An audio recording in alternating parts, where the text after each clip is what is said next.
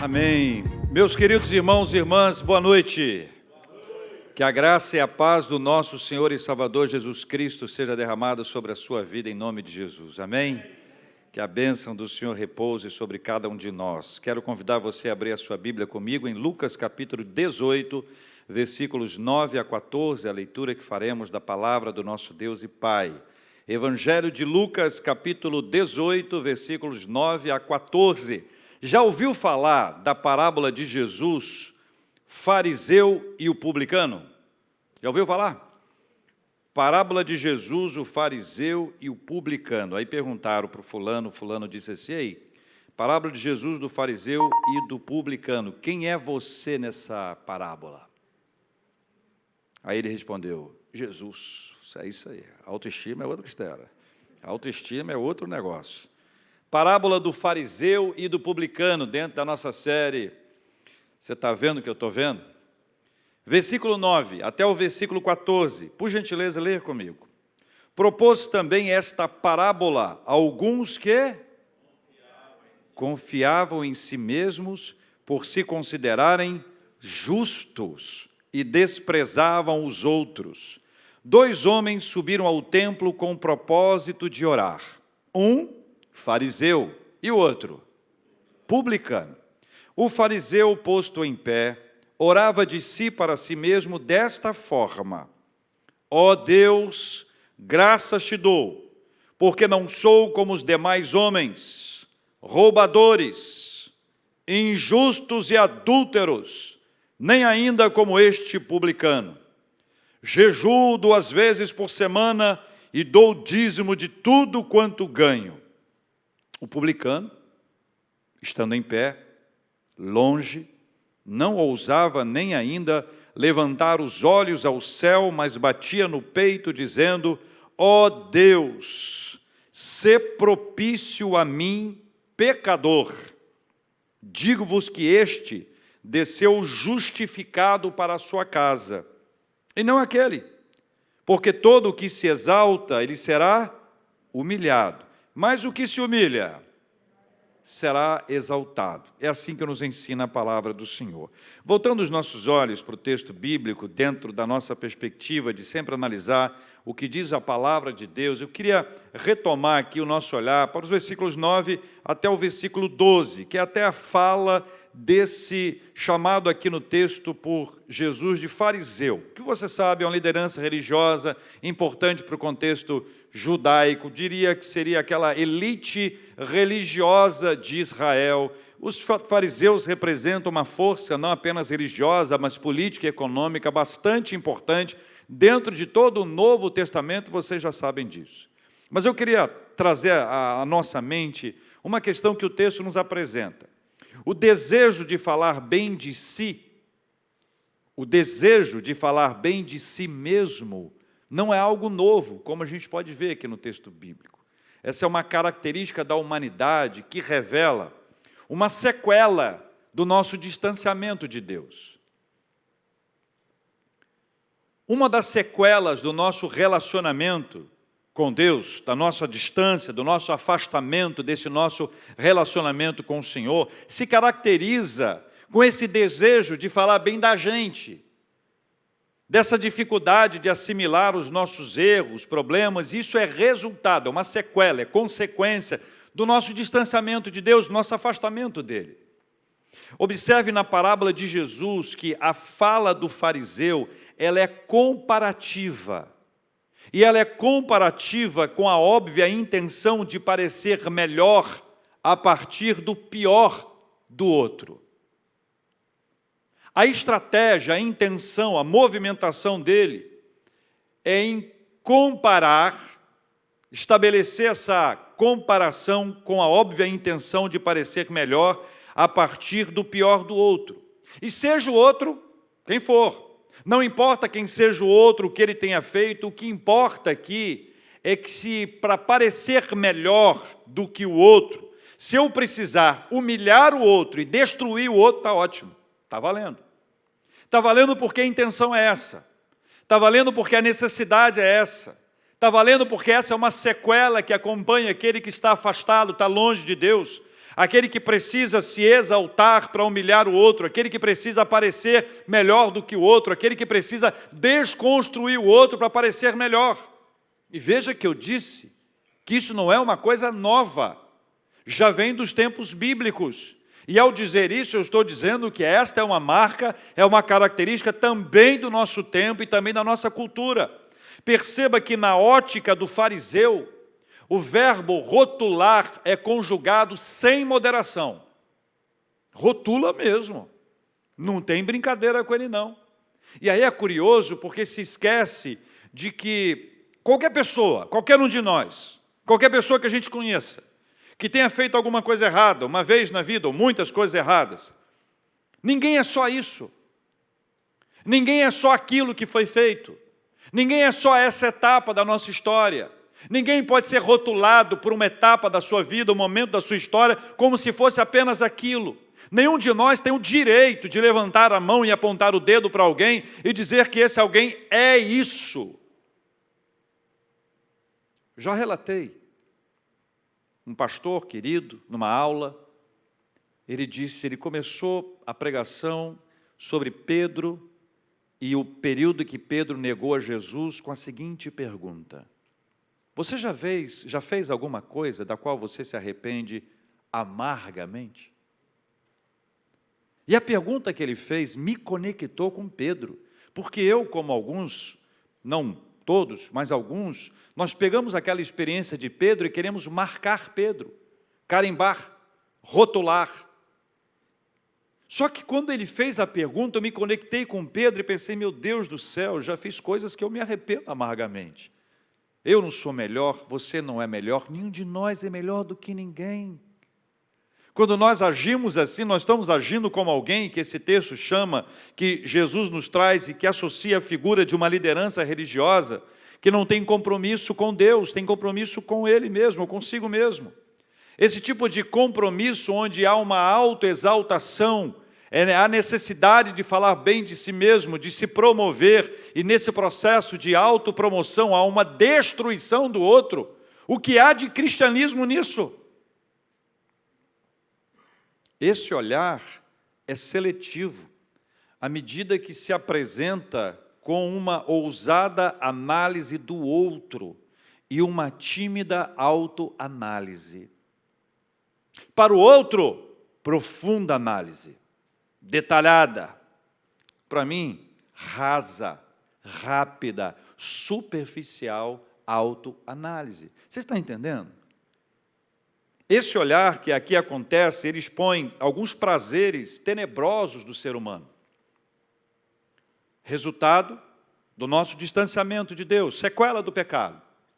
O primeiro é o desejo de se autopromover. E o segundo, de se desfazer do próximo.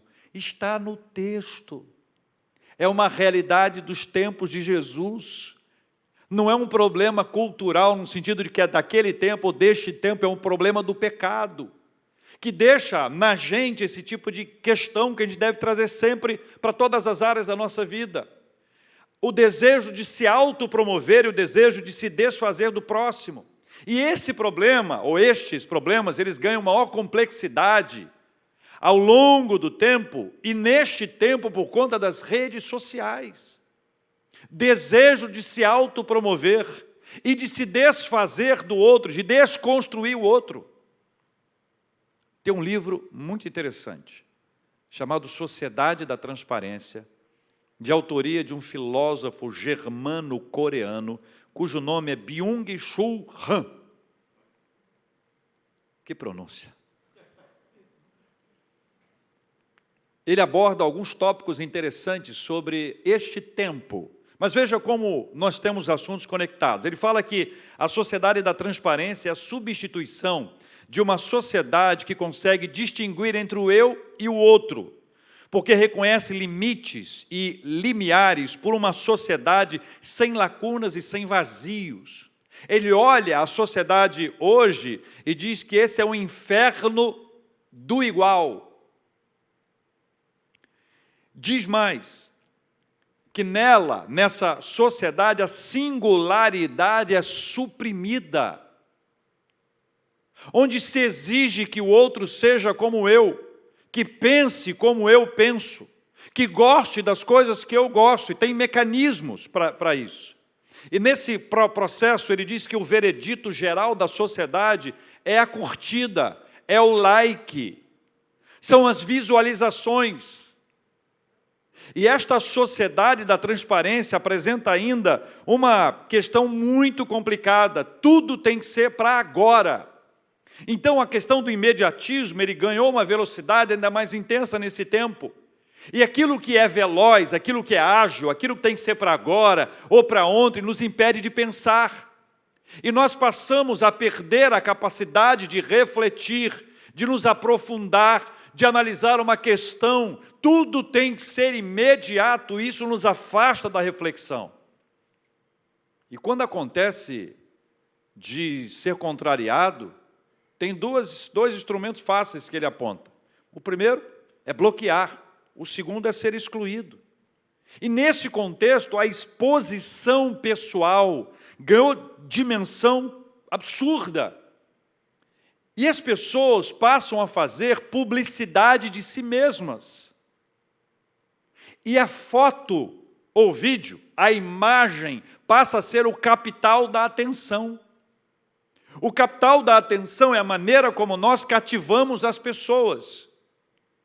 E a impressão que dá é que nesse capital da atenção, segundo ele, nós somos atraídos às pessoas, ou passamos a seguir as pessoas, ou passamos a gostar das pessoas em razão da imagem. E quando alguém que precisa dessa autopromoção, quando alguém precisa desse ambiente descrito na parábola, que precisa se autopromover, compreende que o capital da atenção é a linguagem a ser utilizada, e aí a imagem, foto ou vídeo passa a ser usado com essa intenção. Por causa disso, existe um sem número de pessoas enfermas, emocional, espiritual e fisicamente. Ele diz que há um encontro com reflexos de si e o narcisismo se concretiza. O desejo de se autopromover e também de destruir o outro. Essa construção da imagem se dá a partir de fragmentos daquilo que eu desejo expor, ou que se deseja expor, seja de si, a partir do olhar positivo, ou seja, do outro a partir do olhar negativo. E aqui você tem dois fragmentos importantes dentro da parábola de Jesus que mostram o fragmento do outro. O fragmento do outro a partir do enquadramento negativo. Ele diz sobre o outro: não sou como os demais homens, roubadores, injustos e adúlteros, nem ainda como este publicano. É o fragmento negativo que se deseja expor. Depois tem um fragmento de si, que é o fragmento positivo, que diz: jejuo 2 vezes por semana e dou o dízimo de tudo quanto ganho. Você compreende que esta é uma realidade do texto que se aplica à nossa vida e que isso é resultado da sequela, é uma sequela desse nosso afastamento de Deus? O desejo da autopromoção, ainda que essa autopromoção produza a destruição do outro. Você percebe que a gente faz isso com fragmentos da nossa vida? Quando é sobre a nossa vida, a gente estabelece o fragmento positivo. Quando é sobre a vida do outro, é o fragmento negativo. E as duas ações são absolutamente complexas e estão distantes daquilo que Deus requer de nós como servos dele para esse tempo e para todo o tempo. Essa é uma característica do ser humano, homem e mulher, que atravessa épocas inteiras e muda de forma, mas mantém o padrão. E o que isso gera na nossa vida? Qual o resultado disso em nós? Uma religiosidade de aparências. Isso gera uma religiosidade de aparências centradas no eu e não em Cristo. Uma religiosidade de aparências centradas no eu e não em Cristo. Veja que até a oração é cheia de si.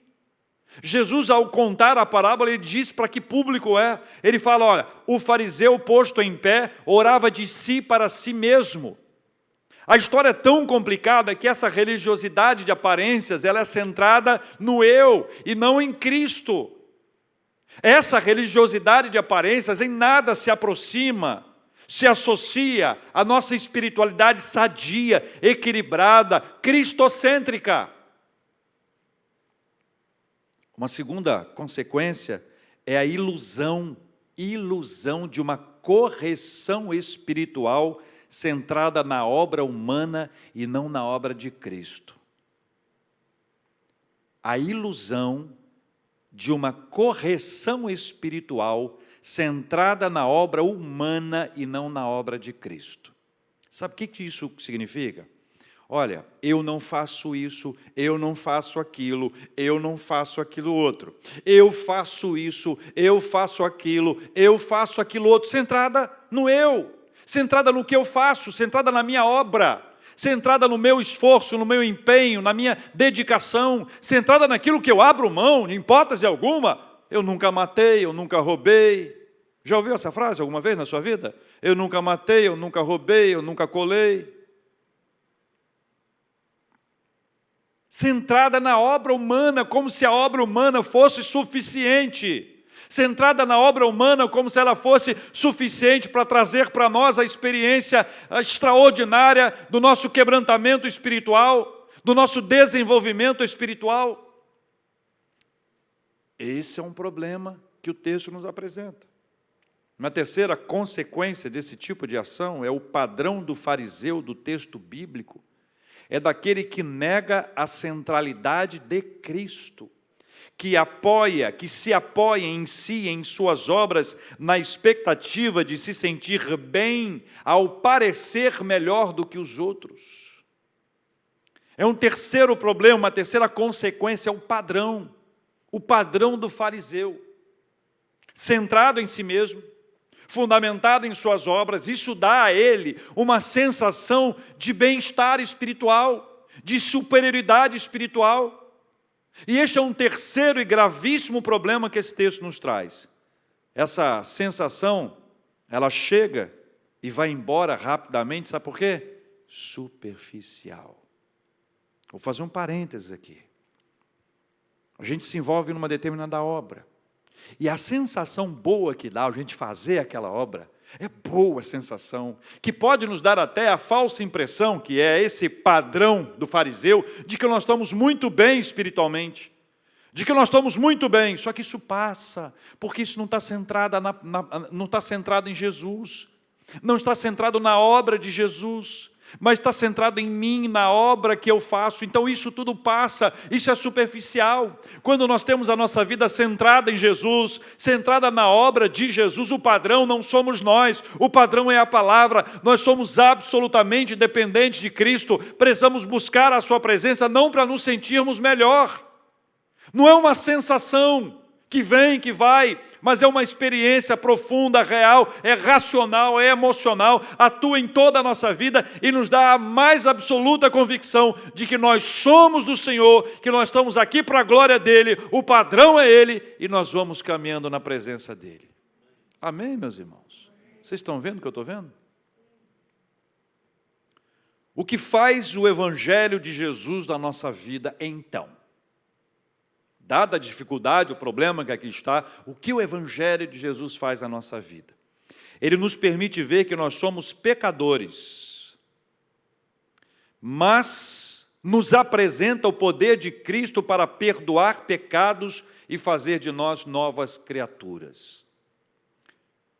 Pecadores, mas Ele nos apresenta o poder para perdoar e nos fazer novas criaturas. Veja que na parábola Jesus nos aponta esse caminho ao contar sobre a postura do outro orante.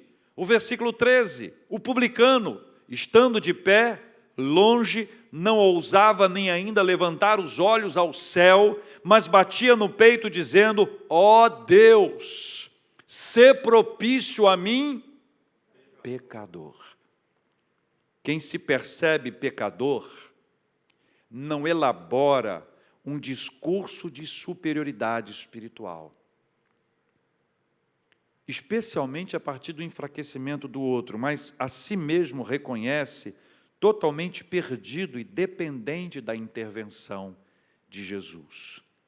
Vou apresentar para vocês 3 declarações do apóstolo Paulo. Paulo de Tarso, o apóstolo Paulo, autor de 13 dos nossos livros do Novo Testamento. Capítulo 1 de Timóteo, versículo 15, primeira carta de Paulo a Timóteo, diz assim: fiel é a palavra e digna de toda aceitação, que Cristo Jesus veio ao mundo para salvar os pecadores, dos quais eu sou o principal. Você compreende que perto de Deus nós sabemos quem nós somos e nós não nos achamos melhores? Nós sabemos que nós somos encontrados pelo Senhor e Ele nos traz para perto e nos mostra a realidade. O segundo texto de Paulo, escrevendo aos Romanos, capítulo 7, versículo 18 a 20, ele diz assim: porque eu sei que em mim, isto é, na minha carne, não habita bem nenhum, pois o querer o bem está em mim, não porém o efetuá-lo. Porque não faço o bem que prefiro, mas o mal que não quero, esse faço. Mas se eu faço o que não quero, já não sou eu quem o faz, e sim o pecado que habita em mim. O terceiro texto, na terceira declaração de Paulo, escrevendo aos Coríntios, capítulo 15, versículo 9, ele diz assim: porque eu sou o menor dos apóstolos. Não sou digno de ser chamado apóstolo, pois persegui a igreja de Deus. No primeiro ele diz que é o principal dos pecadores. No segundo ele diz que o bem que ele quer fazer ele não consegue, mas o mal está sempre diante dele em razão do pecado que habita nele. Mostra uma luta intensa. Depois ele fala que ele não é digno de ser chamado apóstolo, porque ele é o menor dos apóstolos. O apóstolo Paulo. Ele é o menor dos apóstolos, porque ele perseguiu a igreja de Cristo.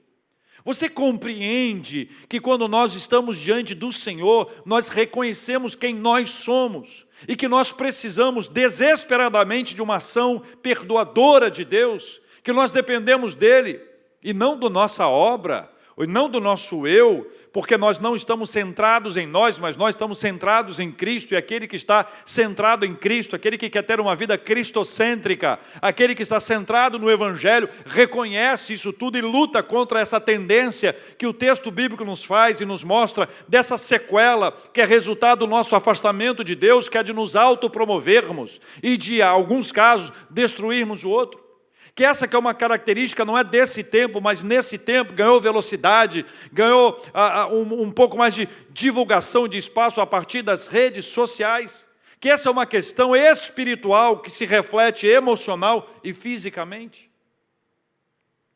Ultimamente eu tenho ouvido algumas vozes afirmando que após o nosso encontro com Jesus deixamos de ser pecadores.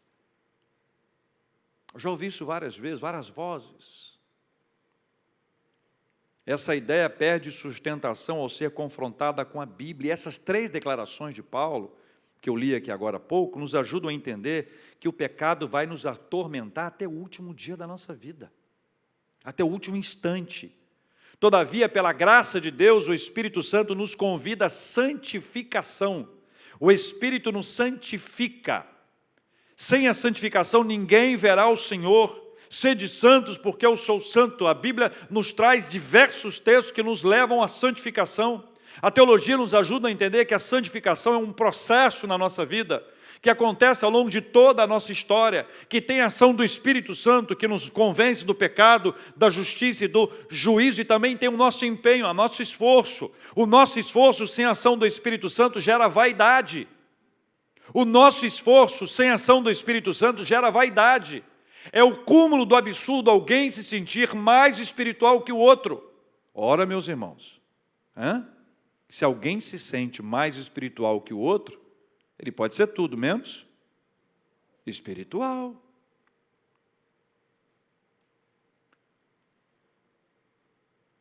A pergunta dirigida aos Coríntios, no capítulo 3, versículo 16, primeira carta de Paulo aos Coríntios, Paulo diz assim: não sabeis que sois santuários de Deus e que o Espírito de Deus habita em vós? É o Espírito Santo que vai ao longo da caminhada dizendo: isso não está bom. A ilustração é simples, mas ela é importante. É uma casa totalmente sem energia, sem luz. E de repente o Espírito Santo ele acende uma determinada área da nossa vida, e nós passamos a enxergar que aquilo que a gente fez ao longo de toda a nossa história, que nunca nos fez mal, que nunca nos incomodou, aquilo na verdade é inadequado, aquilo não combina com a gente, aquilo não faz parte da nossa essência, aquilo deve ser abolido, abandonado, deixado de lado. Eu vivi uma experiência em 1521, porque você sabe que eu sou de 1519, logo que eu entrei em rádio. E no primeiro ano de rádio eu fui ganhar lá um prêmio lá de locutor não sei o que lá. E eu fui lá para receber o prêmio de locutor não sei o que lá. Era um baile, era uma festa grande, um mega não sei o quê. Outras pessoas seriam premiadas também. Mas quando eu cheguei lá para receber o meu prêmio, quando eu botei o meu pezinho aqui dentro do negócio, Deus falou comigo, esse não é o seu lugar. Esse não é o seu lugar. Eu ia receber um prêmio. Pecado receber o prêmio? Claro que não. Gostaria de ter recebido o prêmio. Gostaria de ter sido condecorado. Seria ótimo. Mas quando eu botei o pé e descobri que aquele lugar não era para mim, não adianta insistir porque eu não vou. Esse lugar não é para mim. Eu não quero estar. Eu quero estar no lugar que Deus quer para a minha vida. Isso vale para um lugar que a gente vai, para uma atitude que a gente tem, para um comportamento que a gente adquiriu, com relacionamentos que a gente estabelece, tudo isso deve ser colocado diante de Deus e nós não devemos ter dificuldade alguma em abrir mão, ainda que aquilo nos dê prazer e alegria. Amém, meus irmãos? O pastor está bravo.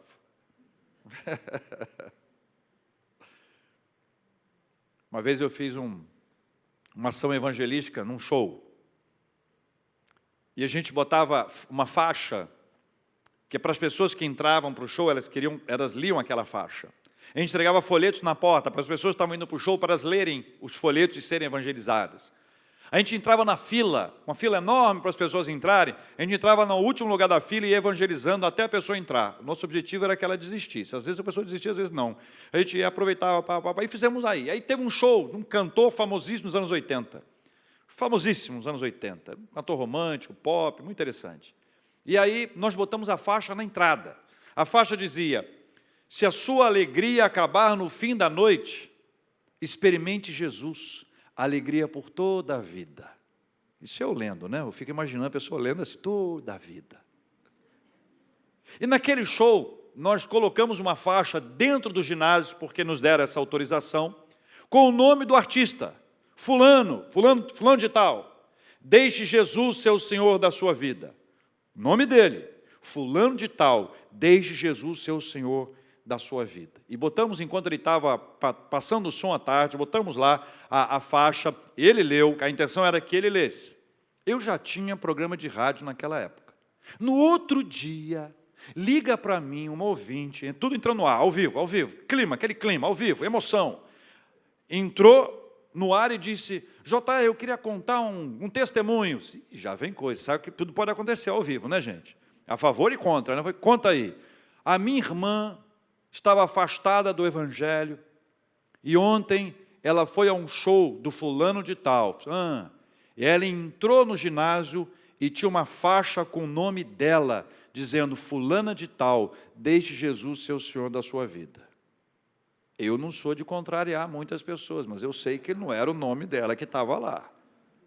Aí eu perguntei, mas era o nome dela? O nome dela. Ela viu o nome dela? Viu o nome dela. E pode ter certeza, o nome do cara é nome de homem, não tem assim, não dá nem para ficar parecido, entendeu? Nem parecido. Silvio, Silvia, nada. Carlo, Carla, nada. Os curiosos depois podem mandar o WhatsApp, eu vou responder quem é essa pessoa. Tá bom? Que eu sei que as pessoas agora não sabem nem mais o que eu estou falando. Você, quem será que é? Anos 80, eu vou lembrar. Depois eu falo. Aí eu perguntei, você viu, ela viu o nome dela? O nome dela. E eu fiquei pensando, Senhor, eu botei a faixa. Eu mandei pintar. Mandei pintar e botei a faixa. Pendurei a faixa.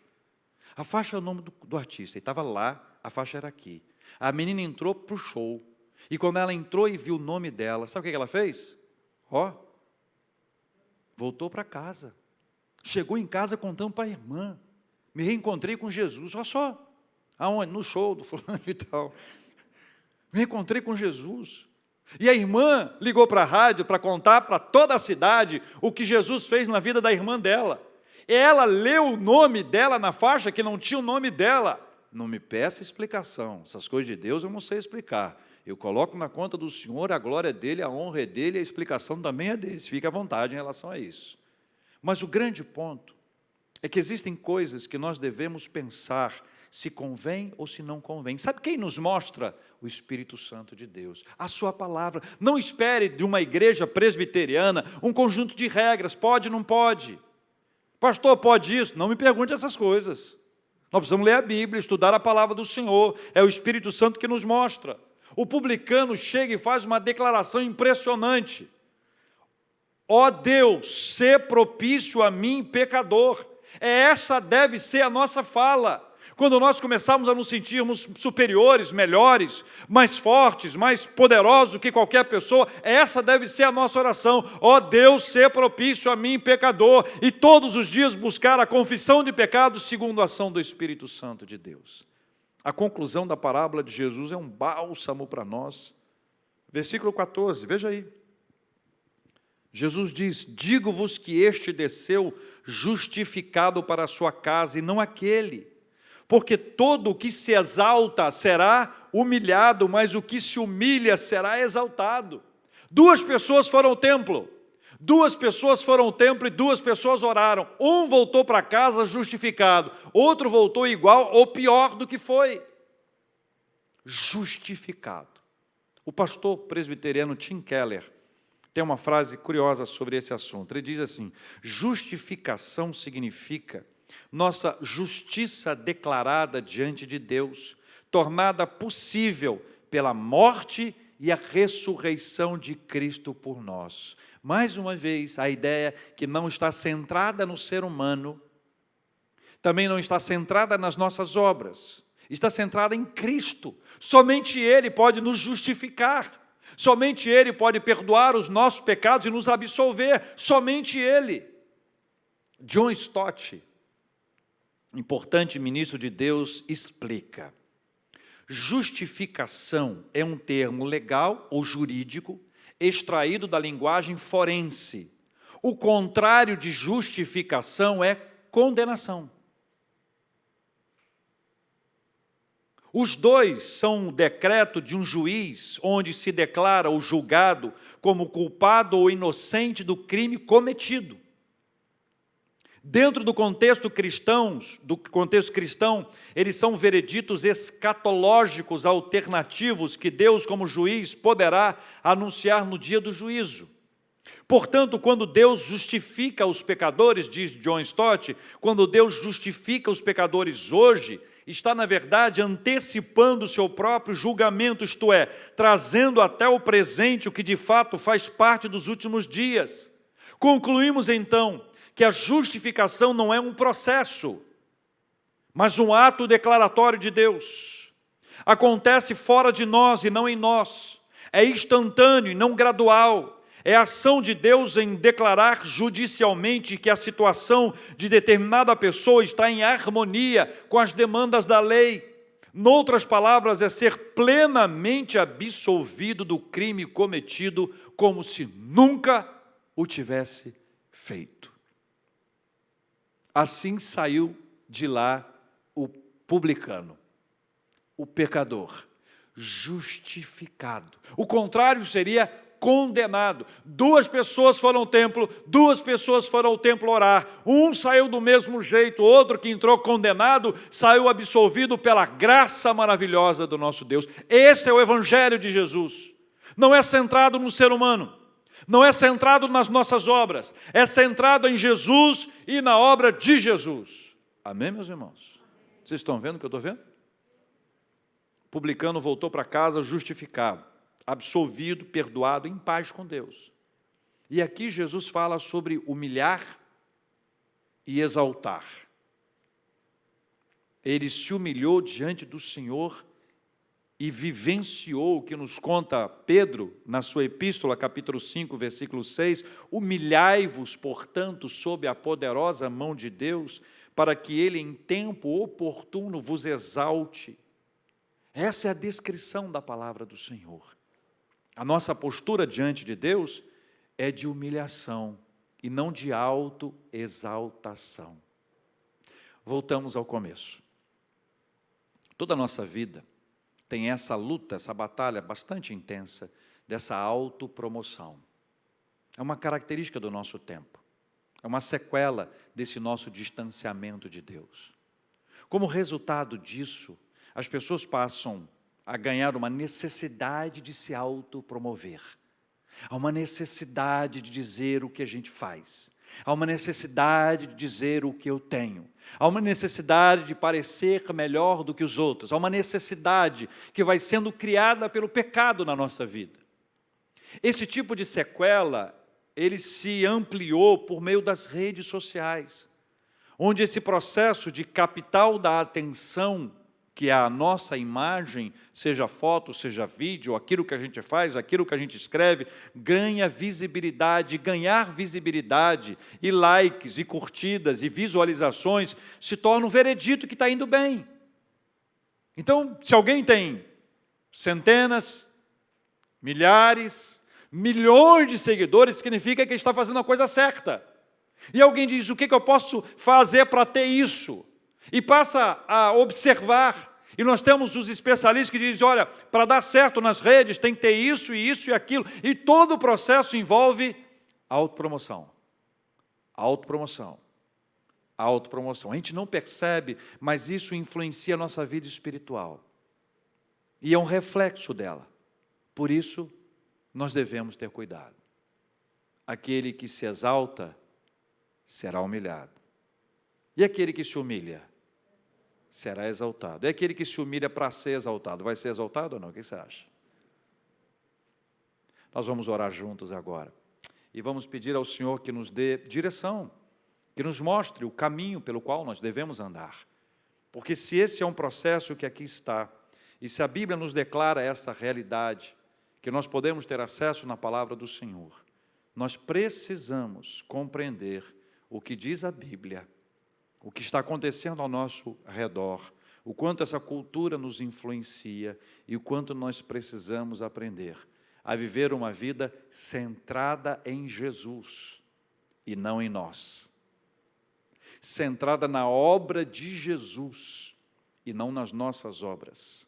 Centrada nas Escrituras e não naquilo que acontece do lado de cá e do lado de lá. Feche os seus olhos, vamos orar em nome de Jesus. Pai, nós oramos em nome do Senhor Jesus nessa hora.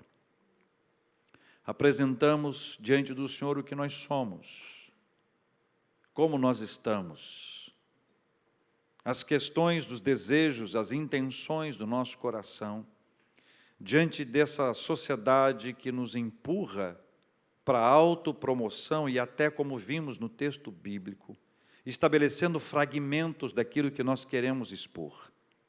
Quanto ao outro, fragmento negativo, fruto de uma profunda análise sobre a vida alheia. Quanto a nós, fragmento positivo, resultado da nossa autoanálise, que é superficial porque não deu tempo, entre aspas, de fazê-la. Reconhecemos tudo isso e pedimos ao Senhor perdão em nome de Jesus. Queremos agir não como o fariseu, o religioso, que acreditou em si mesmo, mas no publicano, pecador como nós, que ao reconhecer o seu pecado, pediu, ó Deus, sê propício a mim, pecador. Pelos méritos de Cristo, nós nos apropriamos dessa justificação. Justificados pela fé, em função da graça do Senhor sobre nós, justificados pela graça do Senhor, recebemos do Pai a declaração de absolvidos, por causa de Jesus, não por nossa causa. Antes condenados, agora absolvidos para a glória do Senhor. Essa absolvição, como a tua palavra nos trouxe, passa pela nossa humilhação ao Senhor e diante do Senhor. Assim nós estamos nessa hora. Assim nós estamos nessa hora. Perdoa os nossos pecados, Senhor. Em nome de Jesus. Nós oramos, ó Deus, pelas nossas irmãs, nossos irmãos, que têm atravessado momentos difíceis, lutas na saúde. Nós pedimos a bênção da cura, da restauração física, a bênção da declaração da cura vinda da parte do Senhor sobre cada um. Oramos pelo tratamento, pelos remédios, pelos times da área de saúde que têm atuado. Nós continuamos a orar pelos nossos irmãos e nossas irmãs. E lembramos, ó Deus, do Uzias querido e a sua filhinha. Lembramos de Fabiane, de Inês, lembramos de Lúcia, lembramos de Francisco, lembramos de Denise, rendemos ao Senhor graças pelas bênçãos já recebidas, pelos curados e restaurados em nome do Senhor Jesus, muito obrigado. Clamamos ao Senhor pela graça maravilhosa, ao nos livrar de todo mal, ao proteger, ao nos blindar na nossa atividade, na necessidade que temos de estar todos os dias saindo de casa para ganhar o pão nosso de cada dia. Cuida, Senhor Deus, do nosso trabalho, cuida, Senhor Deus, dos nossos afazeres, para que nós sejamos corretos, honestos, justos em todas as nossas ações, que os nossos profissionais, aqueles que atuam nas nossas empresas, sejam tratados de forma justa, correta, honesta, que os nossos contratos sejam feitos da mesma forma, que não haja nenhum tipo de parceria com o mal, com as trevas, mas que a nossa vida seja regida pela luz do Senhor. Oramos, ó Deus, agradecidos por todas as bênçãos e confiando plenamente no Senhor e no seu poder. É assim que nós oramos, em nome de Jesus. Amém. Amanheceu, e o ar que eu respiro é seu sopro de vida, dado sem eu merecer.